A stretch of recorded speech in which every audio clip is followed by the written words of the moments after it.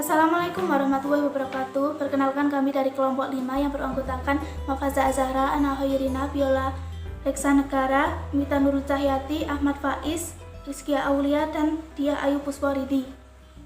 Kami akan mempresentasikan hasil kerja kami, yaitu mengenai pembentukan kelompok. Yang pertama merupakan mengembangkan proposal untuk grup. Dalam mengembangkan proposal untuk grup ini terdapat 5 poin. Poin pertama yaitu dasar pemikiran. Dalam dasar pemikiran terdapat yaitu mengenai apa yang menjadi alasan membuat grup. Poin kedua yaitu tujuan. Ini merupakan apa yang ingin dicapai dari kelompok tersebut dan bagaimana melakukannya. Yang ketiga yaitu pertimbangan praktis. Merupakan cara merekrut anggota, waktu pertemuan, frekuensi pertemuan, dan juga durasi pertemuan. Kemudian poin keempat yaitu prosedur. Ini merupakan upaya untuk mencapai tujuan grup. Dan yang terakhir yaitu evaluasi. Ini melihat kembali proses-proses sebelumnya. Metode evaluasi ini harus objektif, menarik, dan juga relevan. Selanjutnya, saya akan melanjutkan presentasi pemaparan materi yang kedua, yaitu tentang perekrutan dan penyaringan anggota kelompok. Selanjutnya, setelah proposal diterima, kemudian mencari metode yang praktis untuk memberikan pengumuman kepada para calon anggota kelompok tentunya. Salah satunya metode yang sangat praktis yang terbaik untuk perekrutan calon anggota kelompok yaitu dengan kontak pribadi dengan calon peserta itu sendiri. Dalam hal ini, perekrutan secara kontak pribadi dengan para calon anggota kelompok ini dinilai sebagai metode perekrutan yang terbaik. Kemudian dalam mempublikasikan dan merekrut anggota kelompok itu perlu dilakukan sebuah metode yang profesional. Yang dimaksud dalam metode yang profesional yaitu setidaknya para calon anggota itu harus sudah memiliki informasi yang relevan tentang grup yang akan mereka masuki tersebut. Kemudian informasi-informasi yang relevan itu diantaranya yang pertama yaitu pernyataan profesionalitas grup tentang tujuan grup itu dibuat. Kemudian yang kedua itu kebijakan terkait dengan masuk keluarnya grup. Kemudian selanjutnya yaitu kerahasiaan dalam kelompok. Selanjutnya yaitu hak dan tanggung jawab anggota dalam kelompok, kemudian logistik kelompok termasuk pada biaya, kebijakan pembatalan, dan metode komunikasi dengan pemimpin ketika di luar kelompok. Para calon anggota kelompok diharapkan juga harus memahami dampak potensial dari partisipasi kelompok tersebut. Yang harus diperhatikan lagi dan yang penting juga yaitu bagaimana potensi resiko dan keuntungan ketika para calon anggota itu berpartisipasi pada kelompok tersebut. Selanjutnya pada prosedur penyaringan dan seleksi. Tujuan dari penyaringan adalah untuk mencegah potensi bahaya bagi klien itu sendiri.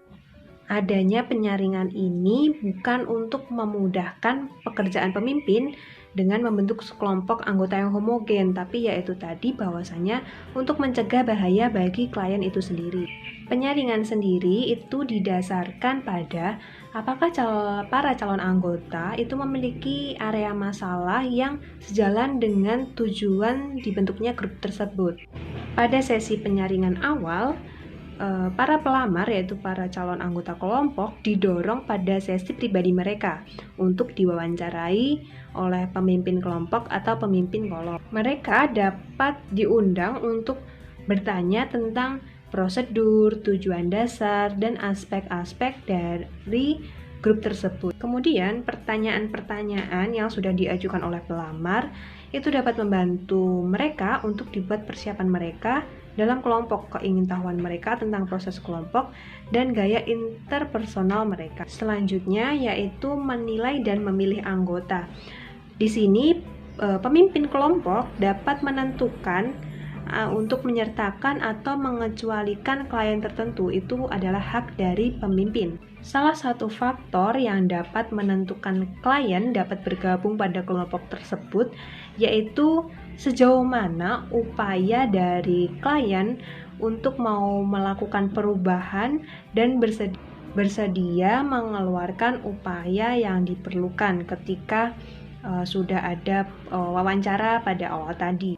Dan tentunya kepada para calon anggota yang tidak dapat bergabung atau tidak lolos pada penilaian dan penyaringan, itu tentunya akan diberitahukan dengan cara yang jujur, langsung, hormat, dan juga efektif.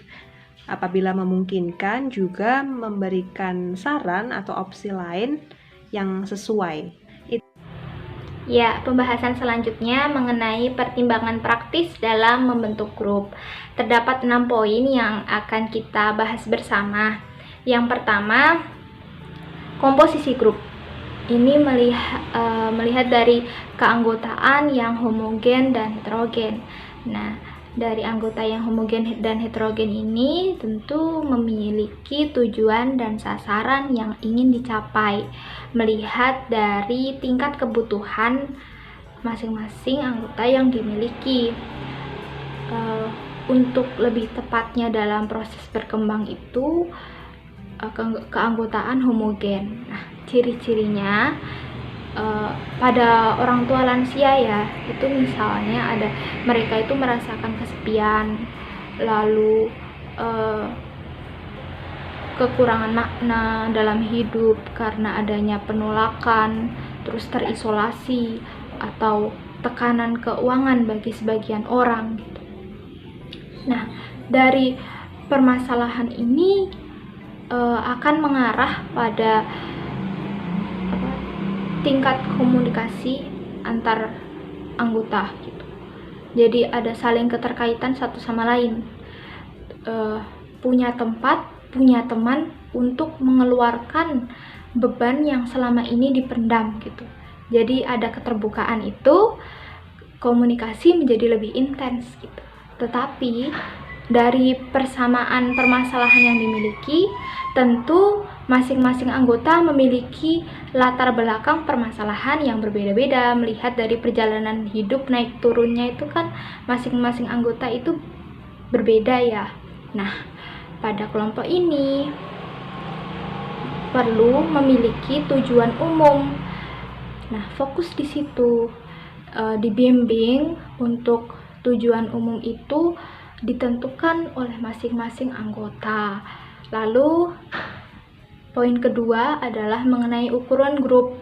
Ukuran grup ini terdapat beberapa faktor yang dikaji seperti usia, terus jenis permasalahan, sama pengalaman pemimpin. Nah, nanti itu dibagi pada rentang usia, jumlah anggota per kelompok. Jumlah anggota per kelompok itu kalau anak-anak biasanya 3-4 orang. Kalau usia remaja itu 6-8, kalau dewasa itu umumnya 8 orang gitu. Jadi dilihat dari usianya gitu. Usia.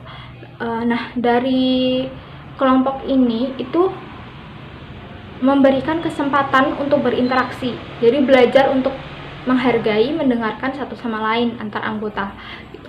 Lalu yang ketiga adalah frekuensi dan durasi rapat. Pada frekuensi dan durasi rapat ini melihat dari gaya kepemimpinan masing-masing gitu. Jadi misal intensitas pertemuannya akan berapa lama, seminggu berapa kali pertemuan gitu, akan 1,5 jam atau 1 jam per pertemuan gitu. Nah, ini juga dilihat dari tingkatan usia juga gitu. Kalau anak-anak itu lebih sering untuk mengalami pertemuan terus, tetapi dalam waktunya itu lebih singkat, tergantung pada rentang perhatian anak gitu. Kalau usia dewasa itu normalnya biasanya 2 jam seminggu. Kalau yang rawat inap, nah ini karena mereka memiliki gangguan psikis yang lebih berat itu, jadi keberfungsiannya rendah, itu pertemuan dalam seminggu itu akan lebih sering. Normalnya waktu biasanya 90 menit. Poin keempat mengenai masa durasi kelompok. Jadi saat awal pertemuan itu disampaikan penghentian.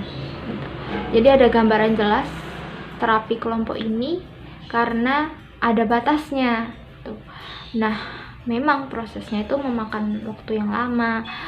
Lalu kepercayaan untuk bisa muncul, apalagi nanti supaya bisa terjadi suatu perubahan gitu. Nah, hal ini perlu adanya komunikasi yang jelas antara administrasi dan orang tua gitu. Kalau anak-anak itu biasanya 6 sampai 8 minggu. Kalau usia dewasa itu 15 minggu atau 1 semester. Nah, untuk poin kelima itu tentang tempat untuk pertemuan kelompok. Tempat pertemuan kelompok ini hal utama kuncinya adalah privacy. Nah, anggota itu diyakinkan bahwa tempat ini itu aman, tidak terganggu dari luar gitu.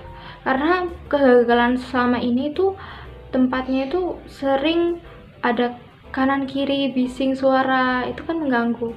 Lalu ruangan yang berantakan itu juga bisa membuat ketidaknyamanan gitu. Jadi proses terapi menjadi tidak produktif. Nah, harus dihindari seperti itu, bisa dicegah. Nah, lalu proses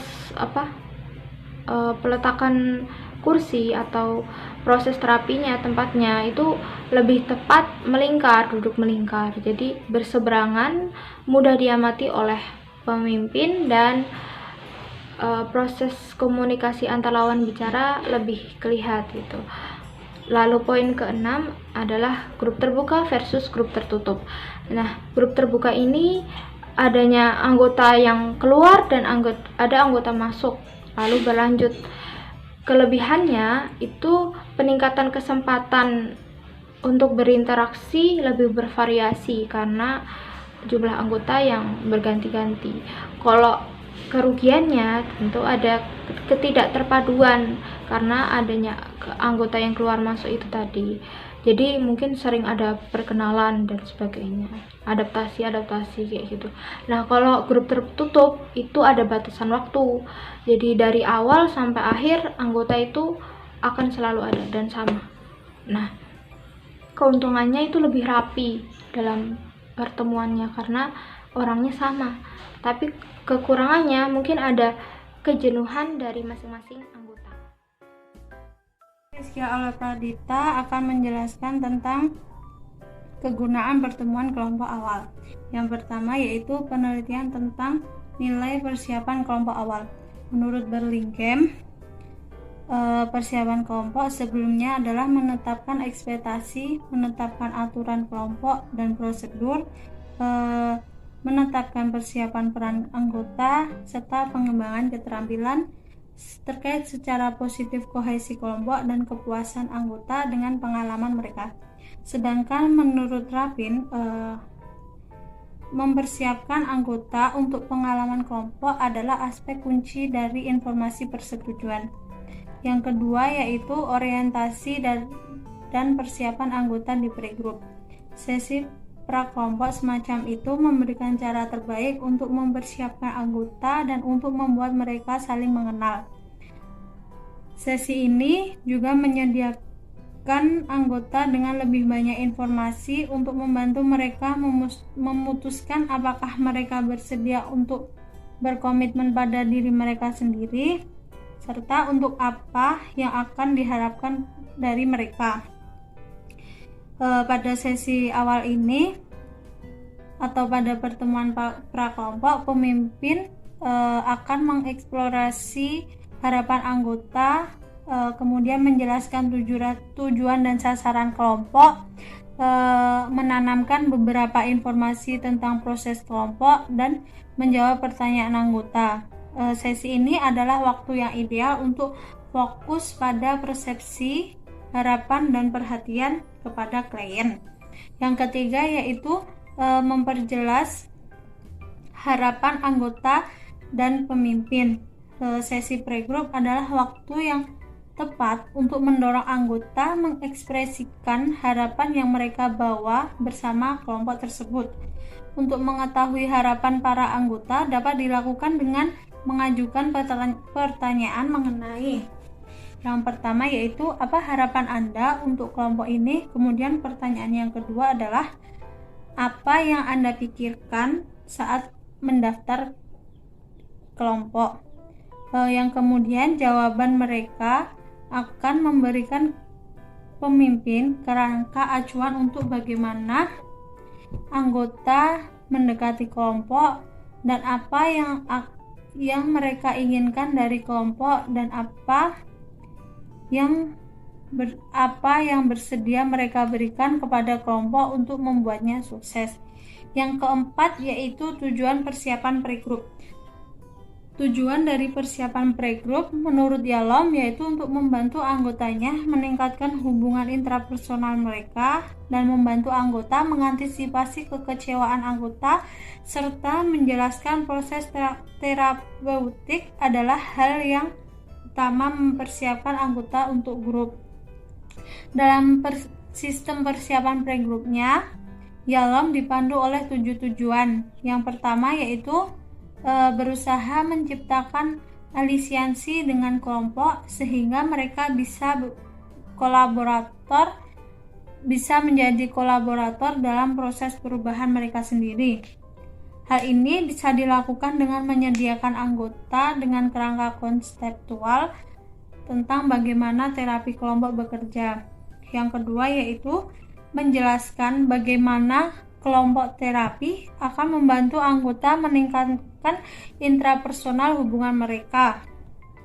Yang ketiga yaitu memberikan panduan anggota tentang cara mendapatkan hasil maksimal dari terapi kelompok. Yang keempat yaitu mengantisipasi frustasi dan kekecewaan pada anggota terapi kelompok. Yang kelima yaitu tentang kehadiran dan durasi pertemuan terapi kelompok. Yang keenam adalah menanamkan iman dalam setiap anggota terapi kelompok. Dan yang terakhir adalah membahas peraturan dasar seperti kerahasiaan dan subraming. Kemudian yang kelima adalah menetapkan aturan dasar. Sesi playgroup adalah tempat yang tepat untuk menetapkan beberapa prosedur yang akan memudahkan proses kelompok. Beberapa pemimpin lebih memilih untuk mempresentasikannya sendiri tentang kebijakan dan prosedur serta secara non-otoriter. Dalam merumuskan prosedur yang mengatur sebuah kelompok, penting bagi pemimpin untuk melindungi anggota dengan definisi yang jelas apa arti kerahasiaan, mengapa demikian penting, dan kesulitan yang terlibat dalam menegakkannya. Idealnya, kerahasiaan akan dibahas selama wawancara individu. Ada baiknya untuk menyatakan bahwa kerahasiaan bukan mutlak untuk menjelaskan bahwa batasannya. Oke, kita akan masuk kepada pembahasan yang selanjutnya, yakni mengenai membangun evaluasi menjadi kerja. Nah, dalam proses pembentukan kelompok ini atau kita sebut sebagai forming group ya, tadi udah dijelaskan mengenai bagaimana proposal ini dibentuk, kemudian bagian-bagian dari proposal ini apa. Ada juga tadi sudah diterangkan mengenai bagaimana merekrut dan juga menyaring anggota yang sekiranya bisa masuk untuk masuk kepada grup kita. Nah, kemudian kita membahas mengenai membangun evaluasi menjadi kerja. Kita akan berbicara mengenai evaluasi secara garis besar ya. Mungkin evaluasi secara garis besar ini adalah proses untuk menentukan nilai. Jadi nanti setelah ada sesuatu, katakanlah kegiatan ya, apapun yang sudah dilakukan, nah ini kita bisa mengetahui nilainya ini seperti apa, value-nya ini seperti apa ketika kita menggunakan evaluasi ini sebagai proses untuk menentukan nilai. Karena gini, dalam proses evaluasi ya, itu ada beberapa hal yang sepertinya itu memang perlu untuk dilakukan dan dimasukkan dalam pembahasan evaluasi tersebut. Kalau kita mengatakan sebagai pembentukan kelompok, maka nanti ada beberapa hal, terutama apa, kemudian mengapa, di mana, siapa. Ini yang hal-hal tersebut yang sekiranya berkaitan dengan kelompok. Kemudian nanti kita akan mencapai suatu metode atau goal. Goal daripada adanya evaluasi ini adalah lebih baik lagi. Karena evaluasi ini dilakukan, kita mencari sebuah nilai dari katakanlah kelompok ya. Nah, kemudian nanti setelah kita mengetahui nilainya ini seperti apa, kemudian kita akan mengetahui metode-metode untuk menjadikan nilai-nilai yang sekiranya kurang baik menjadi lebih baik. Kurang lebih seperti itu pembahasan mengenai evaluasi secara garis besar. Nah, kemudian kalau lebih spesifik mengenai pembahasannya ada di sini, nanti bisa dilihat di PowerPoint ya. Itu evaluasi menjadi kerja ini dimaknai sebagai praktik membangun evaluasi ke dalam program kelompok. Yang hal tersebut ini merupakan prosedur yang berguna untuk tujuan kemampuan, tetapi juga dapat membantu mempertajam keterampilan pemimpin yang nantinya memungkinkan untuk melihat lebih jelas perubahan. Ini seperti yang saya katakan tadi, sehingga peran seorang pemimpin dalam kelompok ini memang sangat penting. Sehingga ketika seorang pemimpin ini bisa untuk membawa satu kelompok menjadi lebih baik, ya nanti kita bisa lihat itu. Katakanlah sebagai seorang pemimpin bisa melihat dan juga membawa kelompok itu lebih baik ini karena adanya proses evaluasi. Sehingga di situ kan juga ada keterangan membantu mempertajam keterampilan pemimpin. Ya, ketika evaluasi ini terus dilakukan, maka pemimpin pun akan semakin paham dengan kelompok itu. Sehingga nanti kelompoknya mau dibawa kemana, kemudian kelompoknya mau seperti apa. Nah, ini nanti bisa dilihat, bisa ditemukan cara ketika satu kelompok tersebut melakukan evaluasi. Sehingga kalau menurut saya evaluasi dalam hal apapun lah, tapi kita spesifik dalam hal pembentukan kelompok ini memang hal yang sangat perlu dilakukan. Adapun untuk evaluasi dalam konteks lain ini memang perlu dilakukan secara berkala, sehingga nanti kita bisa untuk terus memperbaiki. Ya, tidak terkecuali dalam pembentukan kelompok ini, sehingga ketika nanti kelompok sudah terbentuk pun evaluasi harus tetap dilakukan agar supaya nanti kekurangan daripada kelompok, kemudian hal-hal yang sekiranya harus dilakukan oleh kelompok itu seperti apa. Nah, ini kelompok itu bisa tahu ketika ada evaluasi. Selanjutnya, saya Diah Ayu, saya akan membahas materi terkait dengan masalah co-leader dalam membentuk kelompok. Jadi dalam kelompok dengan model kepemimpinan co-leader, nantinya seorang leader dan co-leader lah yang akan memberikan beberapa keputusan, seperti keputusan terkait dengan mengumumkan dan merekrut anggota kelompok dengan melakukan wawancara dan menyepakati siapa saja nantinya orang-orang yang dapat bergabung dengan kelompok dan orang-orang yang nantinya akan dikecualikan atau tidak dapat bergabung dengan kelompok. Lalu juga menyetujui aturan-aturan dasar dalam kelompok, kebijakan-kebijakan kelompok, dan prosedur kelompok. Selain itu juga melakukan presentasi untuk anggota kelompok, mempersiapkan anggota, dan mengarahkan anggota pada proses kelompok, dan memimpin sharing dalam hal praktis yang harus ditangani untuk membentuk kelompok. Namun tentunya terkadang terdapat beberapa kendala yang mungkin saja dapat terjadi dan menyebabkan hal tersebut menjadi tidak memungkinkan untuk dilakukan secara bersama-sama oleh leader dan co-leader. Apabila hal tersebut terjadi, maka tugas ini dapat dilakukan pembagian antara leader dan co-leader. Namun walaupun tugas ini telah dibagi, tentunya tetap saja di antara kedua pemimpin ini, yaitu leader dan co-leader ini, tetap membutuhkan untuk saling terlibat sebanyak mungkin dalam membuat kelompok ini menjadi kenyataan. Lalu, yang selanjutnya, menurut pendapat seorang ahli yaitu Luke dan Haig, di mana mereka mengungkapkan bahwa kelompok dengan model kepemimpinan co-leader ini terkadang dapat memberikan pengaruh positif atau meningkatkan kelompok, atau justru terkadang dapat memperumit proses kelompok. Namun, Luke dan Haig juga menunjukkan bahwa model kepemimpinan Collider ini dapat memberikan suatu perbedaan dan dinamika kepemimpinan yang lebih baik apabila dibandingkan dengan kelompok dengan model pemimpin tunggal.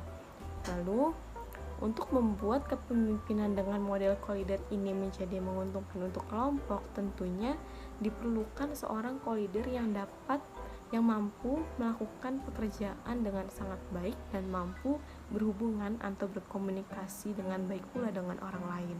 Selain itu juga perlu adanya kesediaan semua pihak atau dari pihak leader dan co-leader untuk saling mau menangani setiap aspek yang berkaitan dengan pekerjaan mereka secara bersama-sama. Lalu juga kedua pihak ini juga harus benar-benar saling memahami dengan jelas tujuan dari kelompok ini dan apa saja pencapaian yang ingin diraih dengan waktu yang dimiliki, serta bagaimana cara untuk dapat mencapai tujuan yang telah ditetapkan itu. Lalu selanjutnya yaitu untuk dapat melakukan hubungan yang baik dengan co-leader, maka dapat diawali atau dapat dimulai dengan melakukan diskusi di awal pertemuan, yaitu seperti berdiskusi mengenai jenis kerja kelompok apa yang sebelumnya sudah pernah dialami oleh masing-masing pihak dan dengan cara atau teori atau gaya kepemimpinan Anda mempengaruhi arah yang diambil kelompok. Lalu juga bisa berdiskusi tentang apakah ada keraguan di antara kedua belah pihak ini untuk saling melakukan kolaborasi. Jika memang ada, maka tentu hal ini sangat penting untuk dibicarakan karena ini berkaitan dengan kepemimpinan mereka nanti di dalam kelompok.